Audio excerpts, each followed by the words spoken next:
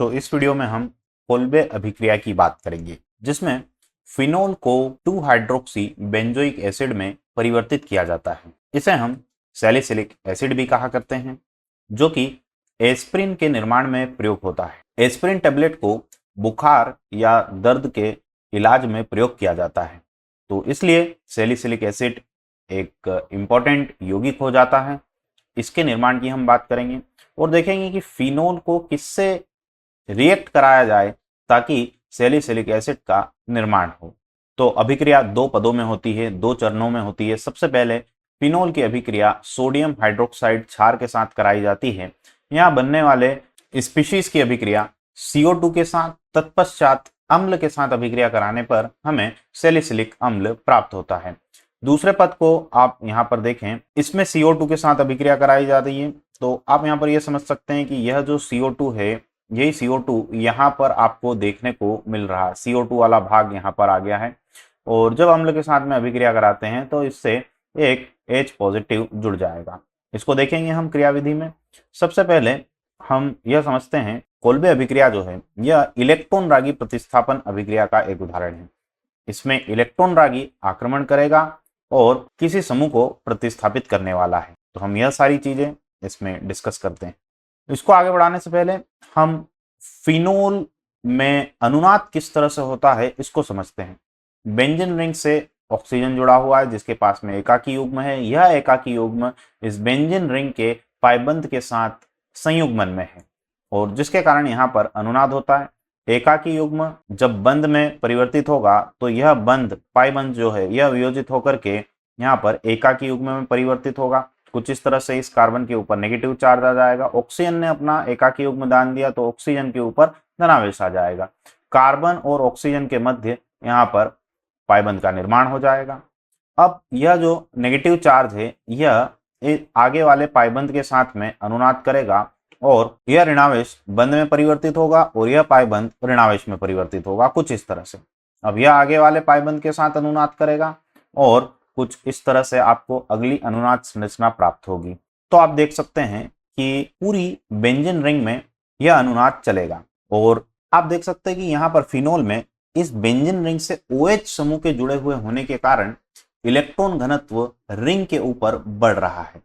और रिंग के ऊपर कौन कौन सी स्थिति पर इलेक्ट्रॉन घनत्व बढ़ रहा है आप देखें। इन अनुनाद संरचनाओं में नेगेटिव चार्ज ऋणावेश जो है वो कौन कौन सी स्थिति पर आ रहा है। तो यहाँ ऑर्थो स्थिति पे OH के सापेक्ष में ऑर्थो स्थिति पर ऋणावेश आ रहा है, यहाँ पर पैरा स्थिति पर, यहाँ पर ऑर्थो स्थिति पर।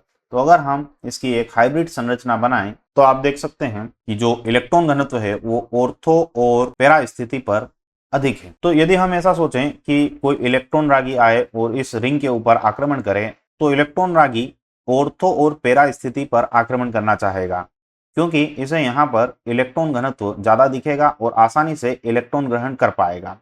तो हम बोल सकते हैं कि जो OH समूह लगा हुआ है इस रिंग के ऊपर, यह OH समूह एक ऑर्थोपेरा निर्देशक समूह है, ऑर्थोपेरा डायरेक्टिंग ग्रुप है।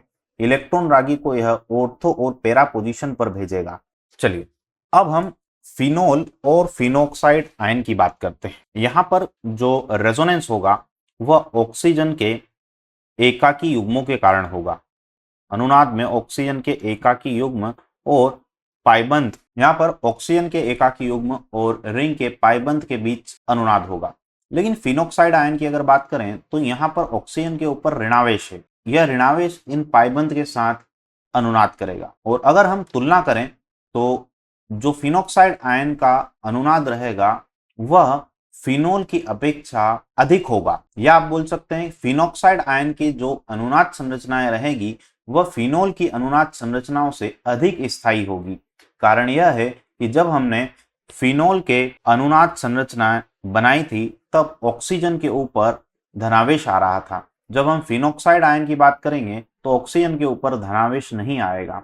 तो हम बोल सकते हैं कि फिनोक्साइड आयन में अच्छा अनुनाद होगा, जिसके कारण हम यह बोलेंगे कि इलेक्ट्रॉन रागी प्रतिस्थापन अभिक्रिया के प्रति जो फिनोक्साइड आयन है वह आसानी से क्रिया करेगा या इसकी जो क्रियाशीलता रहेगी वह ज्यादा होगी।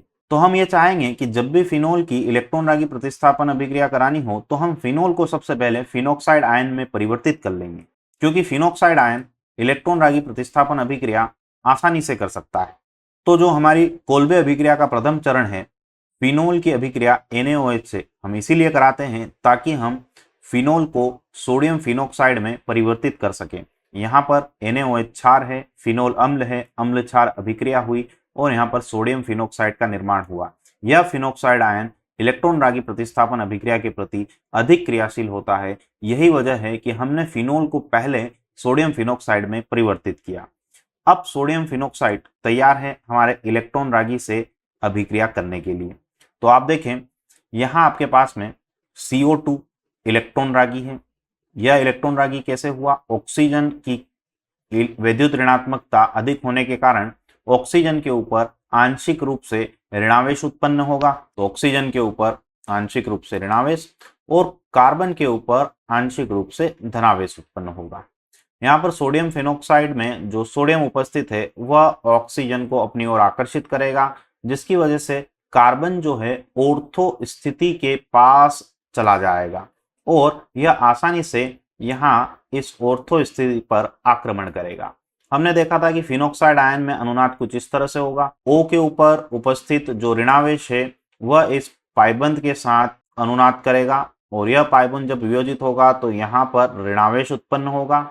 कार्बन ने जब इस कार्बन के ऊपर आक्रमण किया और इसके साथ में बंध बनाया तो यह कुछ इस तरह से आपको दिखाई देगा। ऑक्सीजन और कार्बन के मध्य पाइबंद का निर्माण हो चुका है।